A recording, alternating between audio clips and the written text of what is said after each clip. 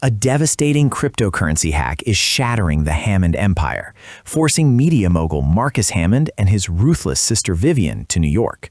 The target? A high-stakes gala hosted by the brilliant and ambitious Elena Clarion. Her goal? To force a consortium that will give Clarion Industries control over the future of the metaverse and digital infrastructure. Empire of Shadows, Part 1. Chapter 1. The Opening Gambit. The Los Angeles skyline glittered like scattered diamonds against the Pacific darkness as Marcus Hammond stood on the 47th floor of Hammond Tower, watching his empire burn in slow motion. Not literally, the building wasn't on fire, but the financial hemorrhaging showing on the holographic display before him might as well have been flames consuming everything his family had built over 3 generations. "Another 12 million gone," his sister Vivian said from behind him, her Louboutins clicking against the marble floor. "That's the 3rd cryptocurrency exchange hacked this month. Someone's targeting our blockchain infrastructure specifically." Marcus didn't turn around.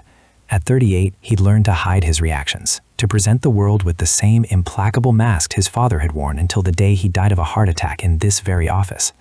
But Vivian knew him too well. They'd survived their father's tyranny together, had plotted and schemed to reshape Hammond Media and crypto into something more than just the old man's vanity project. "Schols," Marcus said quietly. "It has to be Jonah Schols." "The San Francisco boy wonder?" Vivian moved beside him, her reflection in the glass as sharp and dangerous as she was in person. At 35, she'd earned a reputation as the most ruthless dealmaker on the West Coast.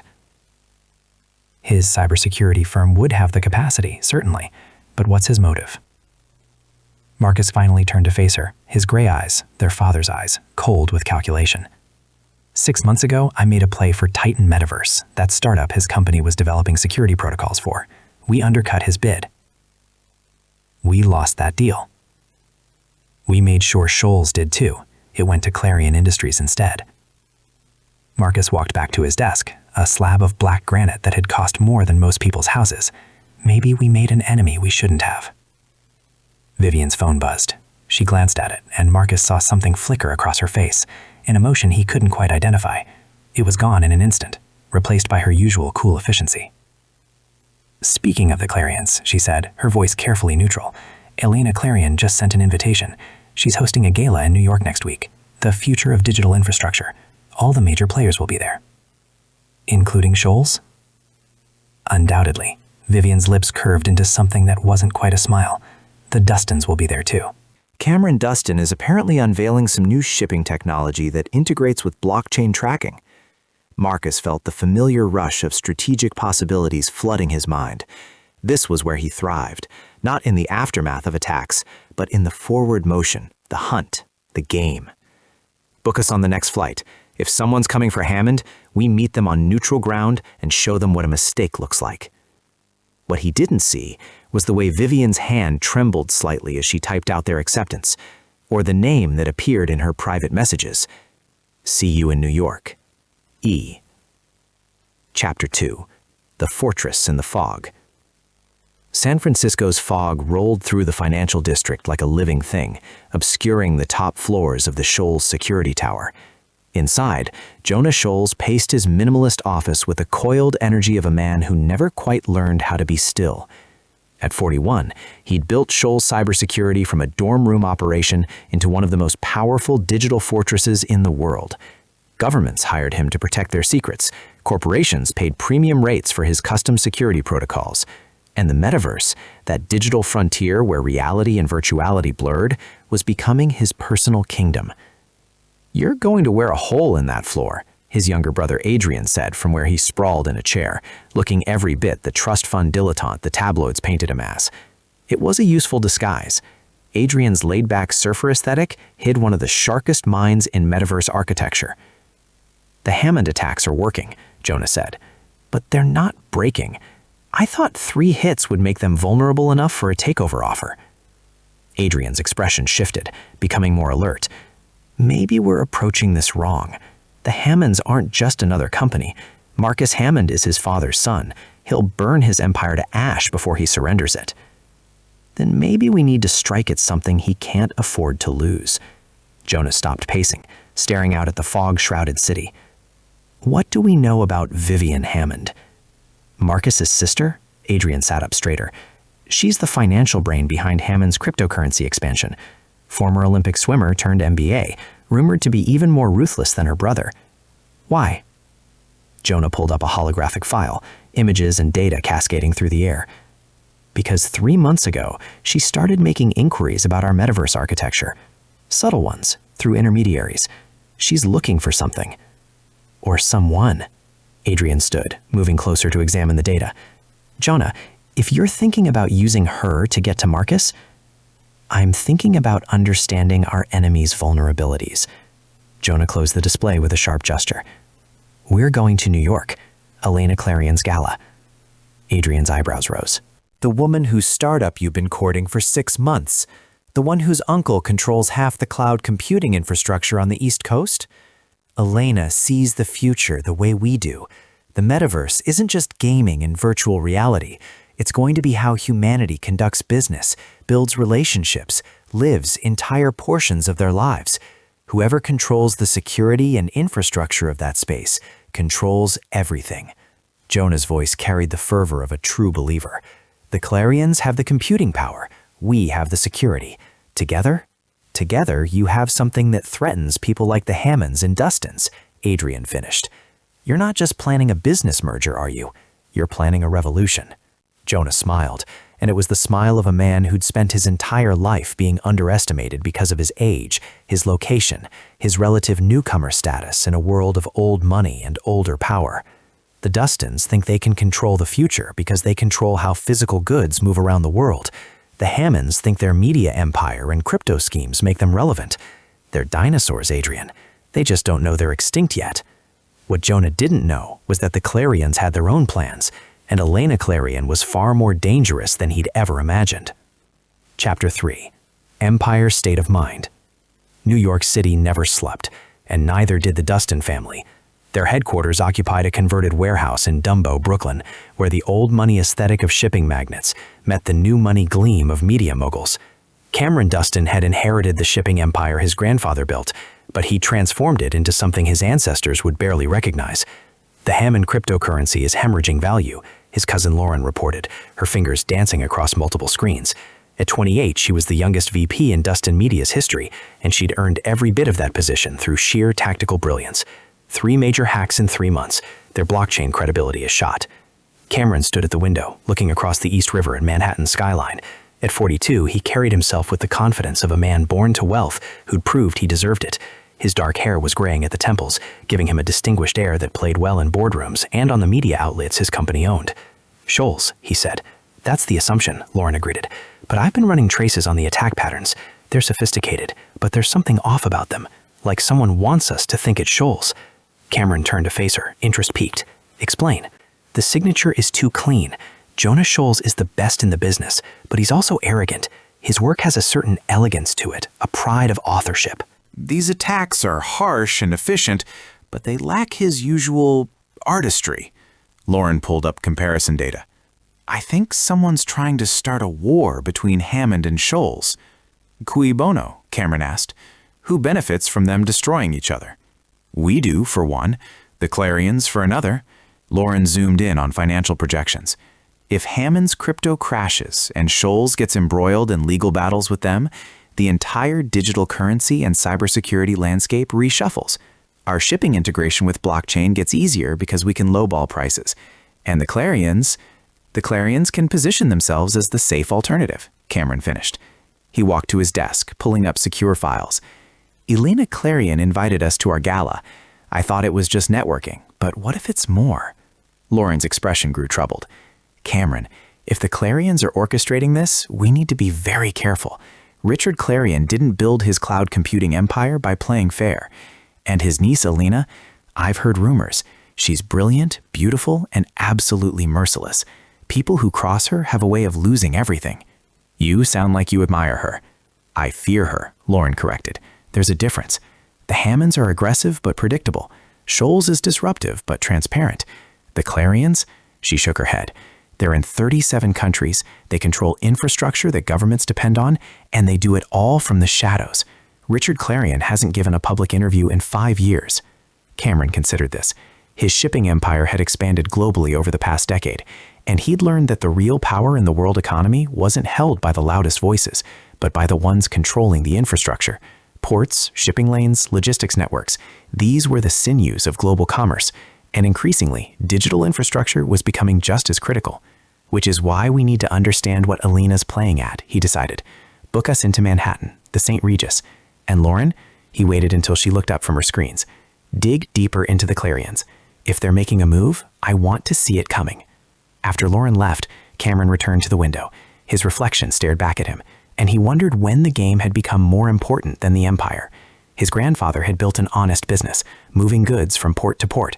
Cameron had turned it into a multimedia conglomerate, but somewhere along the way, the purity of purpose had been lost. His phone buzzed with a message from an unknown number. Looking forward to finally meeting you properly in New York. I think we have much to discuss. EC. Elena Clarion. The woman was known for her ability to make billion-dollar deals feel like intimate conversations, to make allies of enemies and weapons of friends. Cameron found himself looking forward to the meeting with a mixture of anticipation and trepidation. He didn't reply to the message. Instead, he opened another file, one he kept hidden even from Lauren. It contained everything he'd been able to gather on Elena Clarion, which wasn't much. A Berkeley graduate at 20, NDA from Harvard by 23, running Clarion cryptocurrency by 25, and now, at 32, positioned as her uncle's heir apparent to the entire Clarion empire. But there were gaps in her history. A year unaccounted for between Berkeley and Harvard. A series of corporate espionage cases that got quietly settled whenever her name appeared in preliminary investigations. And most intriguingly, a sealed court record from a case in San Francisco 7 years ago. Cameron made a note to have his private investigators dig deeper. If he was walking into Elena Clarion's web, he wanted to know exactly what kind of spider she was. Chapter 4. The Clarion Call. The Clarion Industries headquarters occupied 3 floors of a Manhattan skyscraper, but the real power center was the penthouse apartment where Elena Clarion lived and worked, blurring the lines between personal and professional until they were meaningless. She stood before a wall of windows overlooking Central Park, a glass of wine in hand, watching the sun set over the city that had always felt like hers to command. At 32, Elena had learned that power wasn't taken, it was architected, piece by piece, connection by connection, secret by secret. "They're all coming," her assistant Marcus Wu said, though assistant was a woefully inadequate term for the man who'd been her strategist, confidant, and occasional conscience for the past 7 years. The Hammonds, the Schols brothers, Cameron Dustin and his cousin. The Gala will be a who's who of digital power. Perfect. Elena didn't turn from the window. And our special guest? We'll be there. Though I still think this is unnecessarily risky, Elena. If your uncle finds out. Richard is in Singapore, occupied with the East Asian expansion. By the time he realizes what's happening, it will be done. Now she did turn, and Marcus saw the steel beneath the beauty. Elena Clarion was striking rather than classically beautiful. Sharp features, dark eyes that missed nothing, a figure maintained by early morning runs through Central Park. But it was her presence that truly captivated, a force of personality that bent rooms to her will. "You're planning to consolidate them," Marcus said. "All of them. The Hammond's media and crypto reach, Schols' security and metaverse technology, Dustin's shipping and logistics network, our infrastructure and computing power. You want to build something unprecedented." "I want to build the future," Elena corrected. "Right now, these families are competing when they should be collaborating." I love making these videos for you. If you liked this story, then please like, subscribe to my channel, and switch on the notifications for more entertaining stories. Please also leave a comment for any story suggestions. The Hammond cryptocurrency could revolutionize global finance if it wasn't so vulnerable to attack. Schols' security could protect it, but he's too focused on the metaverse to see the larger picture. Dustin's shipping network could integrate all of it, creating a seamless physical-digital commerce system, and we provide the backbone for all of it. And control all of it, Marcus added quietly. Elena's smile was razor-sharp. Control is such an ugly word. I prefer orchestrate. Her phone rang, not the business line, but her personal cell. Only a handful of people had the number. She glanced at the screen, and her expression shifted microscopically. Marcus, trained to read her moods, recognized it. Anticipation mixed with something that might have been vulnerability in someone less disciplined. "Give me the room," Elena said. Marcus left without a word, closing the door behind him. Elena answered the call. "I wasn't sure you'd actually come," she said. "You knew I would." The voice on the other end was female, soft, but carrying an undercurrent of steel. "I've been waiting for you to make your move for months, Elena. I just didn't expect it to be so public." The gala is a declaration of intent. The private meeting afterward is where the real business happens. Elena moved to her desk, pulling up encrypted files on a holographic display. "Did you get the information I sent?" "The Hammond hacks. You're not actually behind them, are you?" "Of course not, but I know who is, and I know why, and I'm going to use that information to position us perfectly." Elena's voice took on a harder edge. "You're sure you want to do this, Vivian? Once we start, there's no going back. Your brother, Marcus, will understand eventually. Or he won't. Either way, I'm tired of being his supporting player." Vivian Hammond's voice carried across the line like a promise of storms.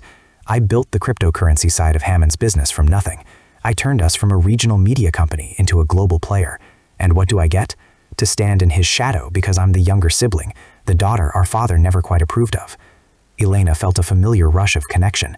She understood ambition that exceeded familial bounds, dreams that required stepping out of someone else's light to create your own. "We're going to change everything, you and I, but it requires perfect timing and absolute trust." "I trust you." A pause. "Do you trust me?" It was the critical question. Elena had built her career on calculated risks, on reading people in situations with near-perfect accuracy. Vivian Hammond was brilliant, ambitious, and nursing enough resentment toward her brother to make her pliable. But resentment could be redirected, and ambition could be checked by unexpected loyalty. "I trust that we want the same things," Elena said. "I trust that you're smart enough to see the opportunity I'm offering, and I trust that when the moment comes, you'll choose your future over your past." "That's not really trust," Vivian observed. "No," Elena agreed, "but it's honest, which is rarer in our world." Vivian's laugh carried through the phone, rich and genuine. "God, I've missed you. 3 years is too long." Elena felt something shift in her chest, a dangerous softening. This was the problem with Vivian Hammond. She was the only person who'd ever made Elena feel like something other than a strategist playing humanity like chess. They'd met at a tech conference in Austin, had spent a long weekend together that had felt like stepping out of time, and then they'd both retreated back to their separate empires and families. But Elena had never stopped thinking about her, and when the opportunity to bring Vivian back into her orbit had presented itself, she'd seized it with both hands. "Soon," Elena promised. "After the gala, we'll have time. But first, we have empires to realign."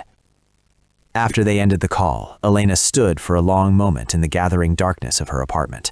Marcus had left a file on her desk, security assessments for each of the attendees at the gala. She flipped through them with practiced efficiency. Marcus Hammond, brilliant but rigid, trapped by his father's legacy and his own ego, exploitable through challenges to his control. Jonah Schols, visionary but naive about the political realities of corporate power, seducible with the promise of technological achievement. Cameron Dustin, pragmatic and cautious, but hungry for relevance in an increasingly digital world, accessible through appeals to legacy and leadership. And Vivian Hammond, the wild card, the hidden blade, the one person in this entire game who might actually be Elena's equal. This was going to be dangerous. This was going to be glorious. Elena poured herself another glass of wine and began drafting the real agenda for her gala. The public event would be spectacle and theater, but afterward, in the private rooms where real power was brokered, she would bring together the people who would either build the future with her or be crushed beneath it. Her phone buzzed again. This time it was her Uncle Richard, his face appearing on the holographic display. Even through the digital medium, his presence was formidable. 65 years old, silver-haired, with eyes that had stared down presidents and prime ministers. "Elena," he said, "I hear you're hosting quite the event next week." "Just a little networking, Uncle. You know how important it is to maintain relationships in our industry." Richard's expression was unreadable. "I also hear that Hammond Media has been experiencing some technical difficulties." And that you've been in communication with Vivian Hammond. Elena kept her face neutral, but her mind raced. Richard's intelligence network was extensive, but she hadn't expected him to have penetrated her private communications. She'd been careful, but apparently not careful enough. "I'm cultivating opportunities," she said, "as you taught me. I taught you to be strategic. I also taught you to be subtle." Richard leaned forward slightly. "What you're planning, and yes, I know you're planning something, is neither small nor subtle. So I want you to ask yourself, are you ready for the consequences?" "I'm always ready, Uncle." "I wonder." Richard's expression softened slightly. "Your father, my brother, was always ready too. Ready to take risks, ready to push boundaries, ready to believe he was the smartest person in any room, and it got him killed." Elena felt the old wound open. Her father had died when she was 15, a car accident that the official report said was due to mechanical failure. Elena had never believed it. She had spent years trying to uncover the truth, following trails of evidence that always went cold, pursuing leads that vanished like smoke. "I'm not my father," she said quietly. "No, you are better, smarter, more disciplined, more patient." Richard paused. "But you're also more ambitious, which makes you more dangerous, to others and to yourself. So I'm going to give you the same advice I gave him, which he ignored. Be careful which empires you try to topple. Some of them will bury you before they fall." The call ended, leaving Elena alone with her thoughts and her plans. Her uncle's warning echoed in her mind, but it didn't change anything. She'd spent her entire adult life preparing for this moment, building connections, gathering leverage, positioning pieces on a board that stretched from New York to San Francisco to Los Angeles and beyond. The Gala would be the opening move in a game that would reshape the entire digital economy, and if she played it perfectly, she'd emerge not just as Richard Clarion's heir, but as a power in her own right. She pulled up the guest list one more time, studying the names like a general studying a battlefield. In 5 days, they would all be in the same room, and in 5 days, everything would change. Chapter 5. Convergence. The Hammond private jet touched down at Teterboro Airport outside New York at sunset, the Manhattan skyline visible in the distance like a promise of battles to come. Marcus Hammond watched it through the window, his mind already several moves ahead. "You're quiet," Vivian observed from across the cabin. She'd spent most of the flight working on her laptop, but now she closed it and gave him her full attention. "Nervous?" "Calculating," Marcus corrected. He stood, stretching muscles tight from the flight. "This Gala is more than networking." Elena Clarion doesn't do anything with multiple layers of purpose. She's positioning herself for something. Maybe she just wants to bring the industry together, foster collaboration instead of competition. Vivian's voice was carefully neutral, but Marcus caught something underneath it. "You know her," he said. It wasn't a question. Vivian met his gaze steadily. "We've met a few times at industry events. She's impressive." And nothing. "She runs a significant competitor, Marcus. Of course, I've made it my business to understand her." Vivian stood, gathering her things. "The question isn't what Elena wants. It's what we're prepared to give up to get what we need." Marcus considered his sister. They'd always been close, united against their father's domineering presence, and then working together to transform his legacy. But lately, he'd sensed a distance growing between them, a reservation in Vivian that hadn't been there before. "Are you happy?" he asked suddenly. Vivian paused, surprised. "What kind of question is that?" "An honest one. We've spent a decade building this empire, but what are we building it for? Dad wanted legacy and power. What do you want, Viv?" For a moment, vulnerability flickered across Vivian's face.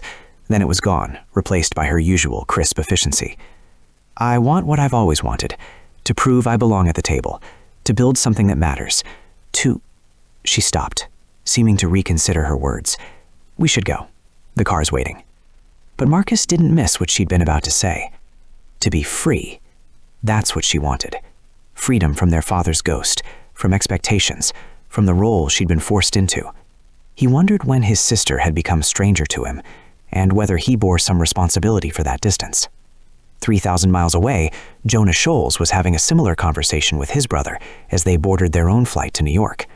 "You're walking into a nest of vipers," Adrian said. "Every person at this gala has an agenda, and most of those agendas probably involve taking a piece of what we've built." Jonah smiled, confident in a way that sometimes worried his younger brother. Let them try. We have something none of them can replicate. We have the future.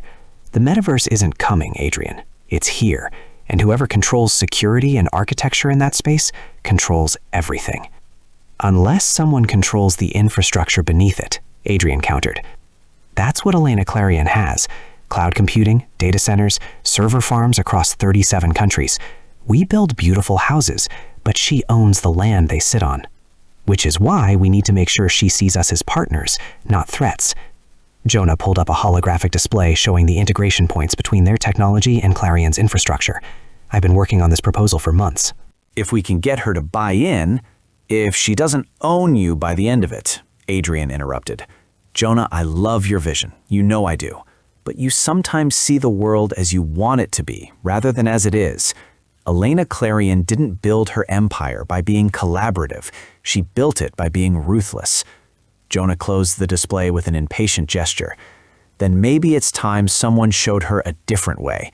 The old model, competition, consolidation, crushing your enemies, it's not sustainable. The digital economy is too interconnected, too complex for any one player to dominate. We need ecosystem thinking. Adrian sighed. I hope you're right, but I'm bringing the lawyers to New York anyway, just in case your digital utopia crashes into reality. In Brooklyn, Cameron Dustin was dealing with his own complications as he prepared for the gala. Lauren had uncovered something in her research on the Clarions that demanded his attention. The sealed court case in San Francisco, she said, pulling up the file she'd managed to obtain through questionable channels. It was a corporate espionage suit. A startup called Prometheus Technologies accused someone of stealing their proprietary metaverse architecture. The case was filed, then settled within a week for an undisclosed sum. All records sealed. Let me guess, Cameron said. Elena Clarion was involved? Not just Elena. Jonah Schols' name appears in the preliminary depositions. They were both connected to Prometheus, both accused of intellectual property theft, and both walked away clean when the case settled. Lauren looked up from her screen. Cameron, what if they've been working together? What if this whole cybersecurity metaverse play is a joint operation? Cameron felt the pieces shifting in his mind, the pattern becoming clearer. If Elena and Jonah are already partners, then this gala isn't about building new alliances. It's about surrounding and absorbing the competition, Lauren finished, bringing everyone to the table so they can divide up the spoils. Or, Cameron said slowly, so they can make an offer that looks like opportunity, but is really surrender. He thought about the message from Elena, the careful phrasing, the implications beneath the words. We need to flip the script. If they're hunting us, we need to make them the prey. How do you hunt a predator? Cameron smiled, and it was the smile his grandfather would have recognized, the smile of a man who'd made his fortune navigating dangerous waters. You offer them something they want more than whatever they're currently hunting. Lauren, I need you to pull together everything we have on blockchain shipping integration, the full technical specs, the prototype data, everything. That's proprietary. If it gets out, it won't. But the threat of it getting out, of us partnering with their competitors, of us building our own infrastructure. Cameron pulled up financial projections. The Clarions and Schols control the digital space, but physical goods still move through the real world, and that's our domain. Maybe it's time we reminded them of that. Chapter 6. The Gala. The Metropolitan Museum of Art was transformed into a digital wonderland for Elena Clarion's gala. Holographic displays showed the intersection of art and technology. Interactive installations demonstrated the metaverse's potential, and everywhere, the intersection of old money and new power created an electric atmosphere.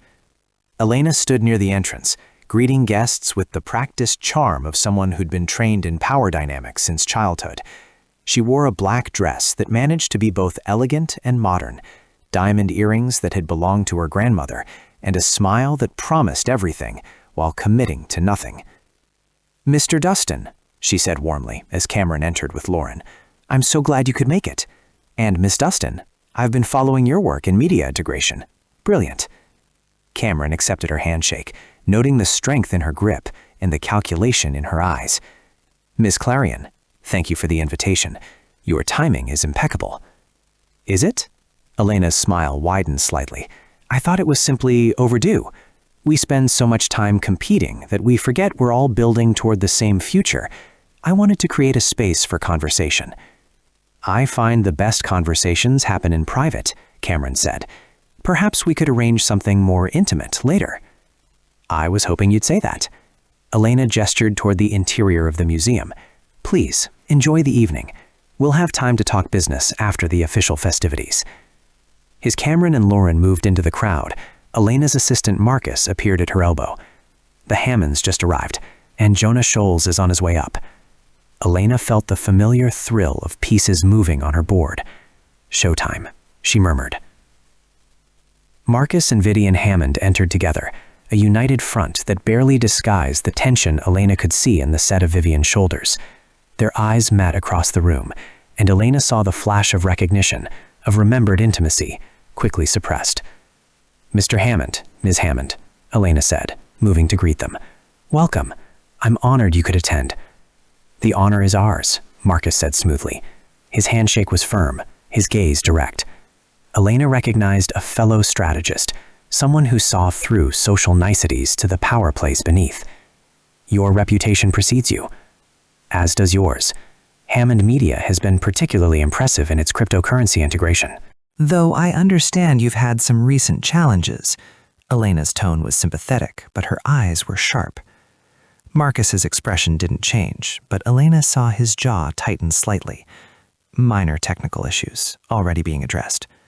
Of course, though if you need additional cybersecurity support, I know several excellent firms. In fact, she turned as if noticing for the first time. Jonah, perfect timing. Jonah Schols entered with his brother Adrian, both dressed in suits that managed to look Silicon Valley casual even in their formal elegance. Jonah's eyes went immediately to Elena, and she saw the mixture of admiration and ambition there. Elena, this is spectacular, Jonah said, gesturing at the installations around them. You've captured exactly what I've been trying to articulate about the future of digital space. I had an excellent inspiration, Elena replied.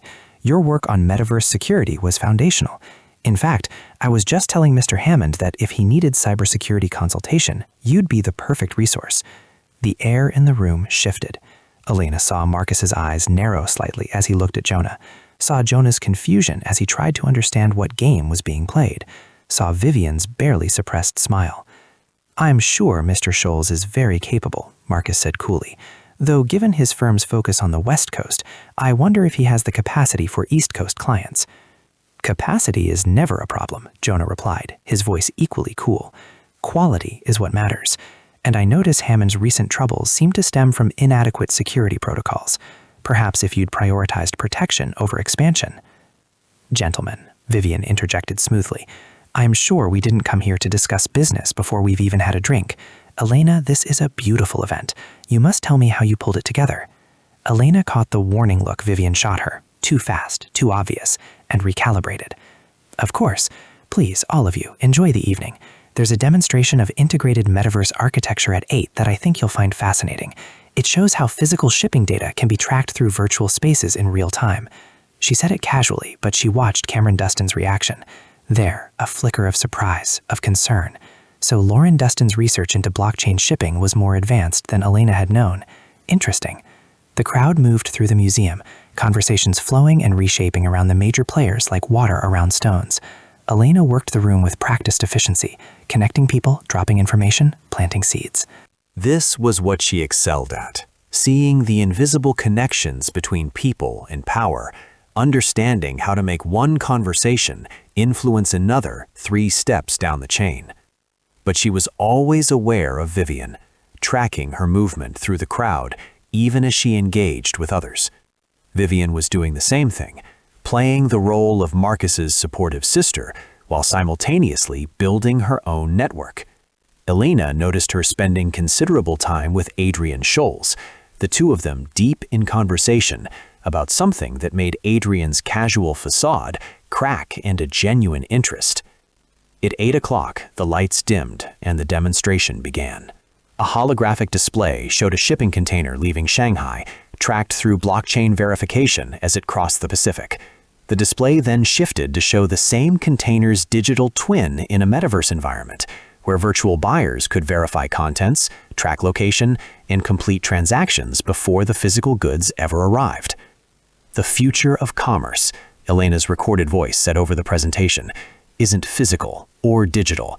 It's both simultaneously, and it requires integration across every level: media for communication, cryptocurrency for transactions, cybersecurity for protection, shipping for physical delivery, and cloud infrastructure for the foundation beneath it all. The lights came back up to enthusiastic applause. Elena noticed the looks exchanged between her guests: Cameron Dustin and Lauren in intense whispered conversation, Marcus Hammond staring at the display with calculating eyes, Jonah Schols looking like he'd just seen a vision of God. This was the moment when they all realized they couldn't win alone, that the future required collaboration. The moment when Elena's carefully constructed web started to close. She moved to the center of the room, and the crowd quieted. Thank you all for coming tonight. I know you're busy, powerful people with empires to run, but I wanted to bring you together because I believe we're at an inflection point. The old models of competition and consolidation don't work in an interconnected global digital economy. We need something new, something collaborative. Collaboration is just another word for merger, someone called out from the crowd, and mergers mean someone loses autonomy. Only if we structure them that way, Elena replied smoothly. But what if there was a model where everyone maintained their autonomy while benefiting from shared infrastructure and protection, where Hammond media and cryptocurrency could operate without fear of digital attacks, where Scholes security could expand without worrying about infrastructure costs, where Dustin shipping could integrate blockchain tracking without building their own systems from scratch?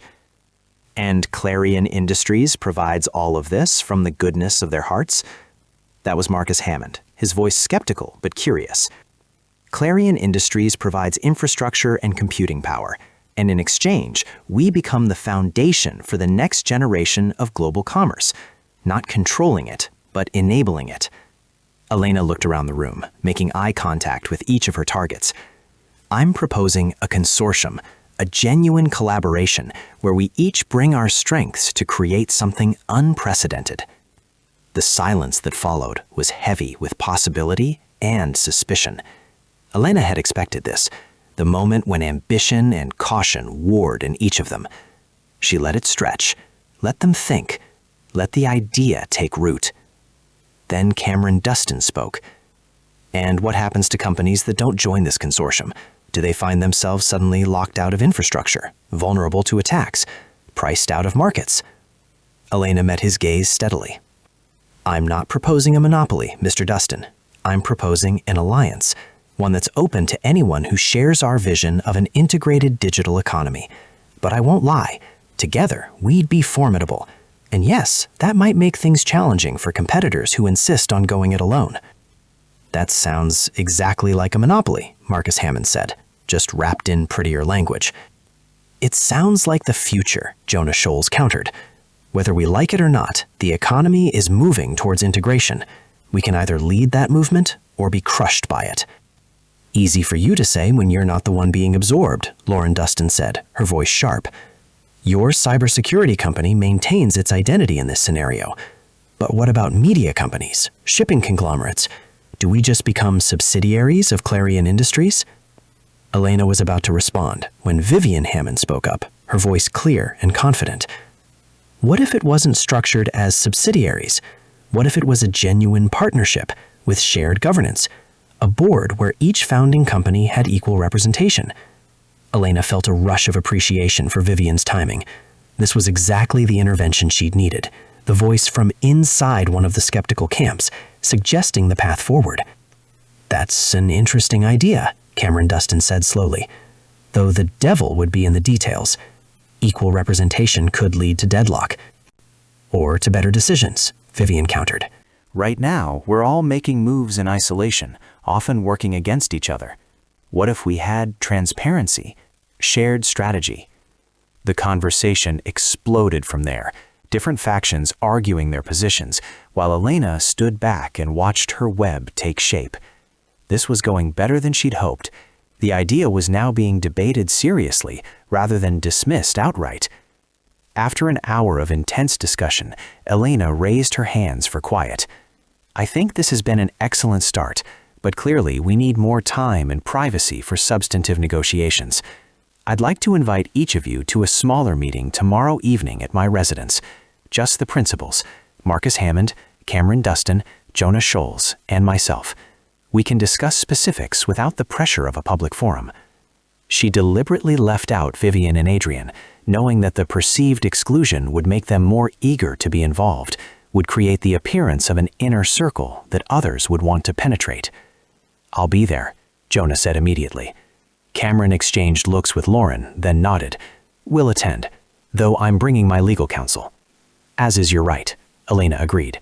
She looked at Marcus Hammond, who'd been silent through the last part of the conversation. Mr. Hammond? Marcus studied her for a long moment, and Elena saw the sharp intelligence behind his eyes. He suspected something, not the full truth, but enough to be wary. Yet she also saw the calculation. Better to be in the room than excluded from it.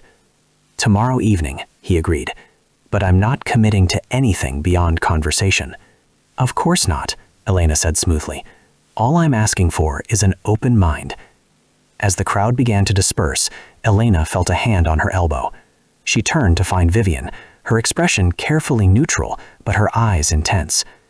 That was quite a performance, Vivian murmured, quiet enough that no one else could hear. Was it? Elena replied innocently. I thought I was just facilitating discussion. You're a brilliant liar.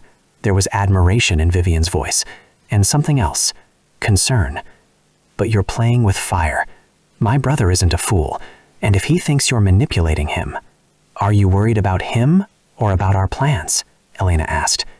Vivian's jaw tightened. Both. I want my independence, Elena. I want to build something that's mine, but I don't want to destroy Marcus to get it. There has to be a way to win without casualties. Elena felt an uncomfortable twinge of conscience. This was why emotions were dangerous in business. They complicate clean strategies with messy human concerns. But looking at Vivian's face, seeing the genuine conflict there, she found herself softening slightly. I'll try, she said quietly. But you know how this game works, Viv. Sometimes casualties are inevitable. The question is whether you're prepared to accept them. Before Vivian could respond, Marcus appeared, his expression pleasant but his eyes sharp. Elena, excellent event. Though I'm curious, this demonstration of integrated shipping and metaverse technology, did you develop that recently, or have you been working on it for some time? The question seemed casual, but Elena heard the trap beneath it. If she'd been working on it for a while, it suggested she'd been planning this consortium move for longer than she'd admitted. If it was recent, it suggested she was reacting to moves by others, specifically the Hammond cryptocurrency attacks. The basic concept has been in development for about 6 months, Elena said, splitting the difference. But the specific application to shipping integration is more recent. Why do you ask? Just curious about timelines.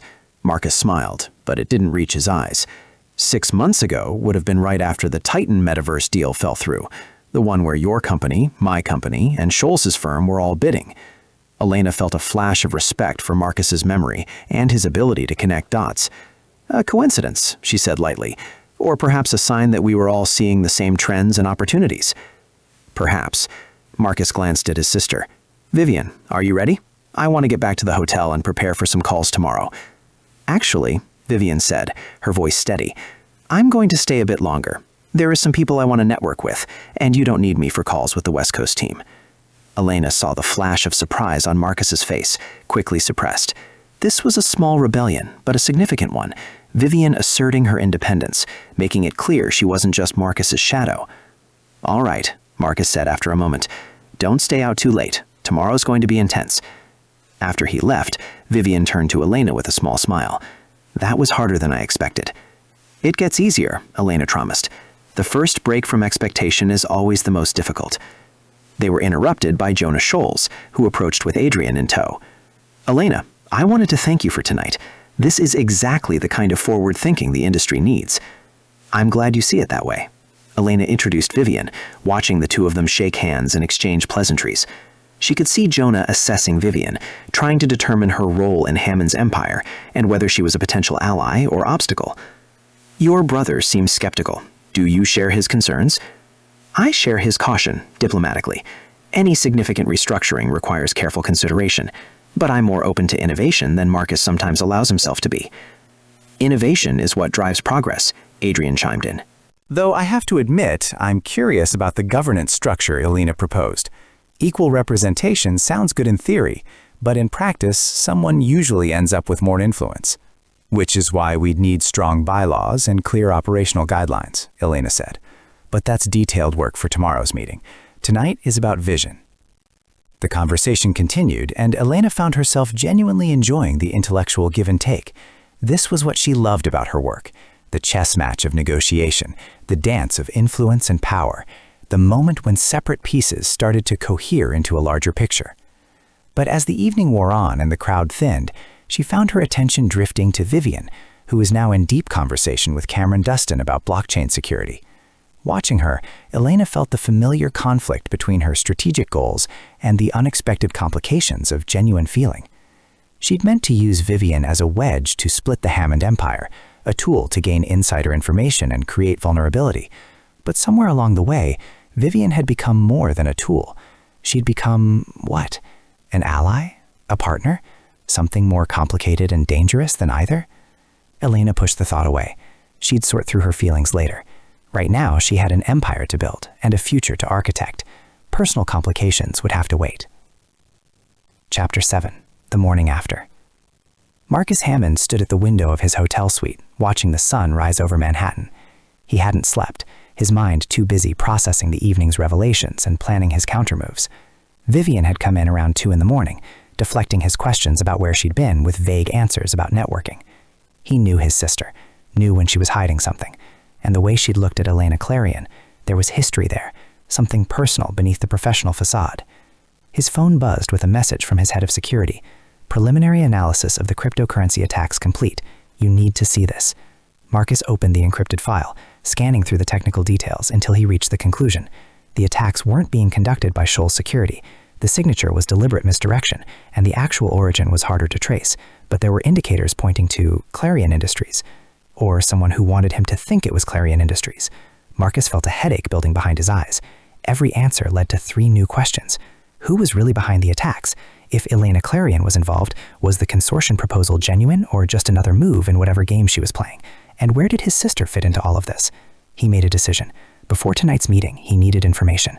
Real information, not the carefully curated image Elena presented to the world.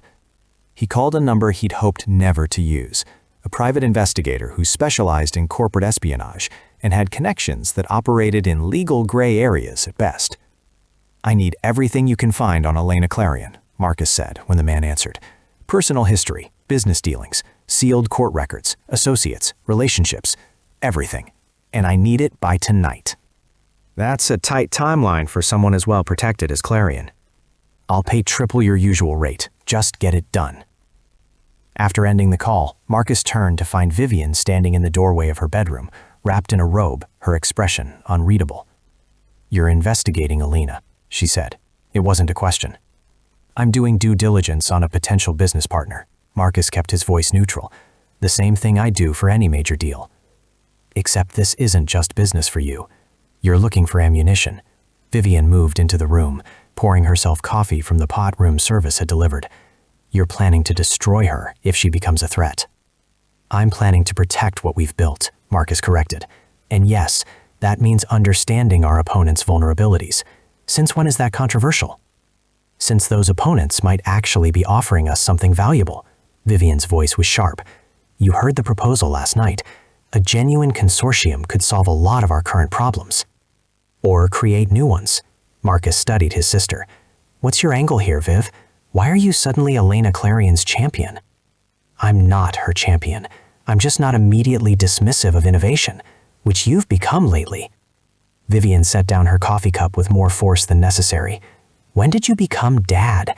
When did protecting what we have become more important than growing into something better? The comparison to their father hit harder than Marcus expected. He'd spent his entire adult life trying not to become Harold Hammond, tyrant, narcissist, man who'd valued power over people and control over everything else. "That's not fair," he said quietly. "Isn't it?" Vivian's eyes flashed. "You make every decision, Marcus. You consult me, sure, but at the end of the day, it's your way or no way. I built the cryptocurrency side of our business from nothing, and you still treat me like a junior partner." "Because you are a junior partner. You own 30% of the company to my 51. That's not a judgment of your abilities. It's just the structure Dad left us. A structure we could change if we wanted to, but you don't want to, because that would mean giving up control." Vivian grabbed her coffee and headed back toward her room. "I'm going to tonight's meeting with an open mind. I suggest you do the same." Otherwise, you might miss an opportunity because you're too busy looking for threats. She closed the door firmly, leaving Marcus alone with his thoughts and his doubts. Across town, Elena Clarion was having breakfast with her uncle Richard, who'd returned from Singapore earlier than expected. "You've been busy," Richard said, spreading jam on his toast with precise movements. "A gala, a consortium proposal, major players all in one room. Quite the power play." "I prefer to think of it as strategic positioning," Elena replied. "The industry is fragmenting when it should be consolidating. Someone needs to provide leadership." "And naturally, that someone is you." Richard's tone was dry, but not unkind. "You've always had ambition, Elena. I admire that. But ambition without wisdom is just recklessness." "I've been careful. You've been clever. There's a difference." Richard set down his knife, fixing her with the stare that had intimidated UN negotiators and Fortune 500 CEOs. "The Hammond attacks. They're causing exactly the kind of chaos that makes your consortium proposal appealing. Some might say suspiciously appealing." Elena kept her face neutral. "I had nothing to do with those attacks." "No, you didn't. But you know who did, and you've chosen not to share that information, which means you're using someone else's aggression for your own purposes." Richard leaned back in his chair. "That's dangerous, Elena. When you benefit from chaos you didn't create, you're building on an unstable foundation. The foundation is sound. The consortium model is legitimate. The model is fine. Your methodology is questionable." Richard's voice softened slightly. "I'm not trying to stop you. I'm trying to make sure you've thought through all the angles. These families you're trying to bring together, they're not just businesses. They're dynasties with histories and grudges and secrets. Pushing them together too quickly could cause an explosion." Elena thought about Vivian, about the secrets already tangling up her clean strategy. "I know what I'm doing." "I hope so." Richard stood, preparing to leave. "Because if this goes wrong, it won't just damage you. It'll damage the Clarion name, our business relationships, everything we've built. So I'm asking you one more time, are you absolutely certain this is the path you want to take?" Elena met her uncle's gaze steadily. "I've never been more certain of anything." After Richard left, Elena allowed herself a moment of doubt. Was she pushing too hard, too fast? Were her feelings for Vivian clouding her judgment, making her take risks she'd normally avoid? Then she thought about the future she was trying to build, a digital economy where innovation flourished, where the best ideas won rather than the biggest bullies, where someone like her could rise on merit rather than inheritance. That future was worth fighting for, worth the risk. Her phone buzzed. Message from Jonah Schols. "Had some thoughts on governance structure. Can we meet before tonight?" Elena smiled. The pieces were still moving, still falling into place. Tonight would tell her whether she'd been playing chess or just arranging pieces on a board before someone flipped the table. She texted back, "My office, 2 p.m. Come alone." Chapter 8. Convergence Point. At 2 o'clock, Jonah Schols sat in Elena's office, surrounded by windows that showed Manhattan stretching in every direction. He'd pitched his metaverse security architecture to presidents and tech titans, but something about Elena Clarion made him nervous in a way he couldn't quite articulate. "You wanted to discuss governance," Elena said, pulling up holographic organizational charts. "I wanted to make sure we're aligned before tonight's meeting," Jonah corrected. "Because I think you and I see the same future, Elena, and I want to make sure that future actually happens, rather than getting bogged down in Hammond's paranoia or Dustin's caution." "Bold of you to assume we're natural allies." "Are we not?" Jonah leaned forward, intensity burning in his eyes. "You see the metaverse as more than gaming. You understand that it's going to be how humanity interfaces with digital systems. Commerce, communication, identity, everything. That's exactly what I've been building toward. But I need infrastructure partners who get it." Elena studied him, seeing the genuine vision alongside the ego. Jonah Schols was brilliant, but inexperienced in the harsh realities of corporate power. He thought ideas were enough, that technical excellence would triumph over politics and positioning. "What makes you think the Hammonds and Dustins won't get it?" she asked. "Because they're stuck in old paradigms.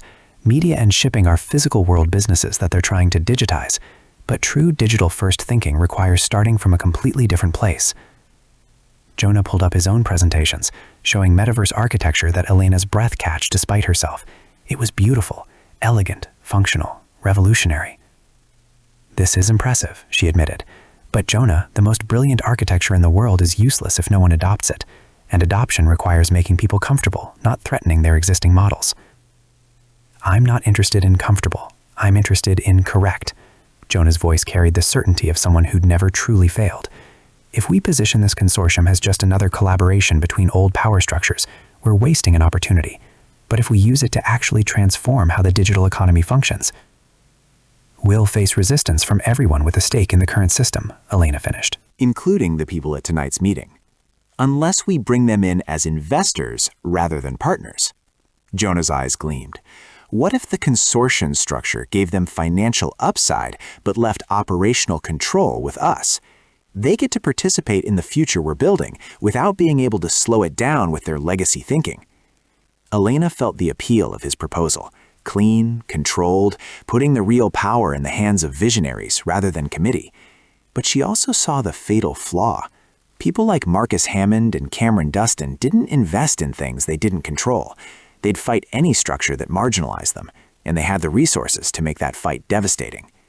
"I appreciate the vision," Elena said carefully, "but I think we need a more nuanced approach, one that gives them enough control to feel invested, but positions us to drive the actual direction." Jonah's expression shuddered. "You're going to compromise the vision for politics." "I'm going to make sure the vision actually happens, which requires navigating politics." Elena stood, moving to the window. "Jonah, you're brilliant, possibly the most technically gifted person in this entire space. But brilliance isn't enough. You need allies, infrastructure, resources, and you get those by making people believe they're getting what they want while steering them toward what you need. That sounds like manipulation. It's called leadership." Elena turned back to face him. "And if you want your metaverse future to be more than just a beautiful idea, you're going to have to learn the difference." They stood in silence for a moment, the tension between vision and pragmatism hanging in the air. Finally, Jonah nodded slowly. "All right, we'll try it your way. But Elena, if this consortium becomes just another bureaucratic mess that stifles innovation, I'm out, and I'll build what I need to build without you." "Fair enough." Elena extended her hand. "Partners?" "Partners," Jonah agreed, shaking her hand. But as he left, Elena wondered whether she'd just secured an ally or created a future problem. At 6 o'clock, they gathered in Elena's penthouse apartment.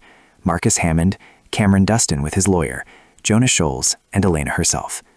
The space was designed to impress while appearing casual. Original artwork, comfortable furniture, a bar stocked with liquors that cost more than most people's monthly rent. "Thank you all for coming," Elena began, standing while the others took seats around her living room. "I know we're all busy, so let's cut to the substance. I'm proposing a consortium structure that maintains individual corporate autonomy while creating shared infrastructure and security protocols." She pulled up the organizational charts, walking them through the specifics. Each company would maintain its own operations, but would operate on a shared technical foundation. Clarion's cloud infrastructure, Schols' security protocols, integrated cryptocurrency for transactions, media channels for communication, and shipping networks for physical delivery. The governance structure would be a board with equal representation from each founding company, Elena continued. Major strategic decisions require majority agreement. Day-to-day operations remain autonomous. "What about existing contracts and partnerships?" Cameron asked. "I have shipping relationships with companies that might not want to be part of this consortium." "Those continue as normal. The consortium is about shared infrastructure, not exclusive partnerships." Elena pulled up detailed workflows. "Think of it as building a highway system. Anyone can drive on it, but as the highway builders, we have certain advantages in speed, access, and tolls." "Tolls," Marcus said flatly. "So other companies pay us for the privilege of using infrastructure we control." "They pay market rates for superior service," Elena corrected, "and we share the revenue according to ownership stakes. It's not exploitation, It's the natural advantage of being early movers in creating standards. Cameron's lawyer leaned forward. What happens if one member company wants to exit the consortium? There'd be a buyout mechanism, predetermined formulas, probably a cooling-off period to prevent sudden disruption. Elena had anticipated this question.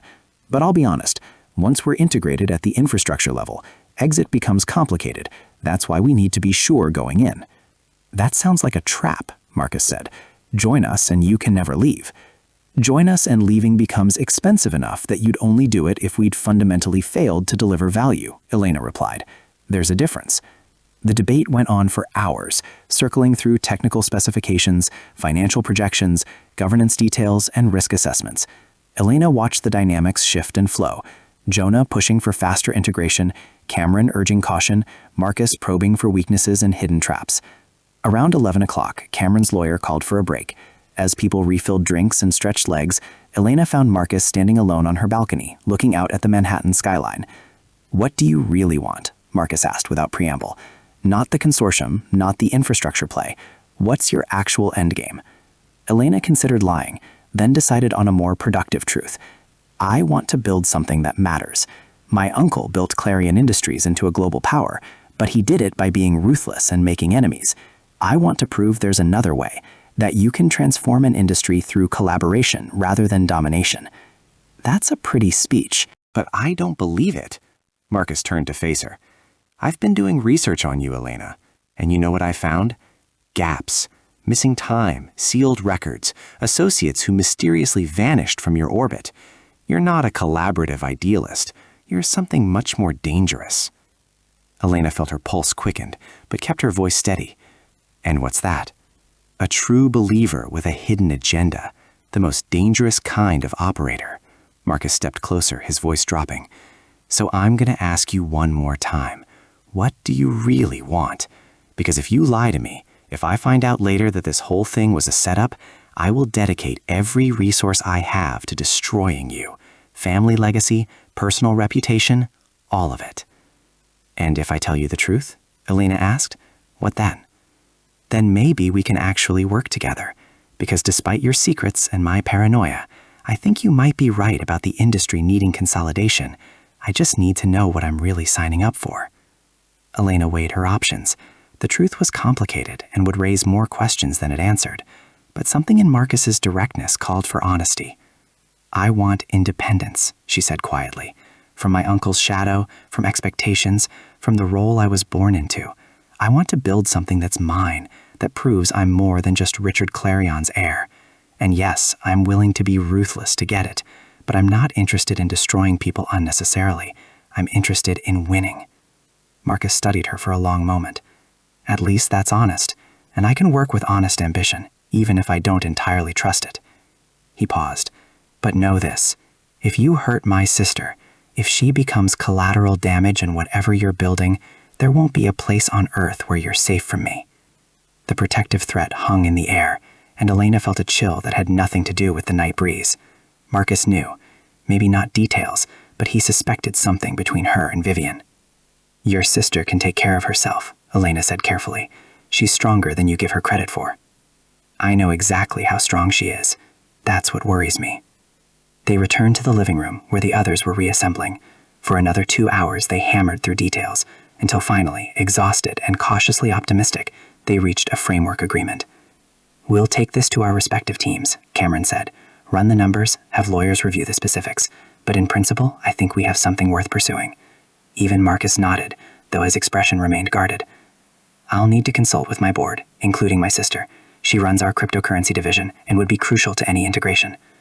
Of course, Elena said smoothly. I'd welcome Vivian's input. Her work in cryptocurrency is exactly the kind of innovation we need. As they were leaving, Jonah pulled Elena aside. You handled that well, especially Hammond. He came in looking for a fight, and you turned him into a cautious ally. The night isn't over yet, Elena replied, and Marcus Hammond is nobody's ally until he decides to be. We've got framework agreement, but actual implementation is where things usually fall apart. After everyone left, Elena poured herself a drink and stood at her window, looking out at the city that had always felt like hers to command. She'd moved her pieces, made her plays, created momentum towards something unprecedented. But Marcus's threat echoed in her mind, and she thought about Vivian, about feelings that complicated strategy, about the cost of ambition. Her phone buzzed. Message from Vivian. How did it go? Elena stared at the message, considering her response. She could play it cool, keep things professional, or she could admit that this whole thing was becoming more complicated than she'd intended, that mixing business with personal feelings was creating vulnerabilities she couldn't quite control. In the end, she typed, "Better than expected. Worse than I'd hoped. Can we talk tomorrow?" The response came immediately. "My hotel. Breakfast. Come alone." Elena smiled despite herself. Whatever happened next, at least it would be interesting. Outside, the city gleamed with a million lights, and 4 empires hung in delicate balance, poised between collaboration and collision. The game was far from over. To be continued in part 2. I love making these videos for you. If you liked this story, then please like, subscribe to my channel, and switch on the notifications for more entertaining stories. Please also leave a comment for any story suggestions.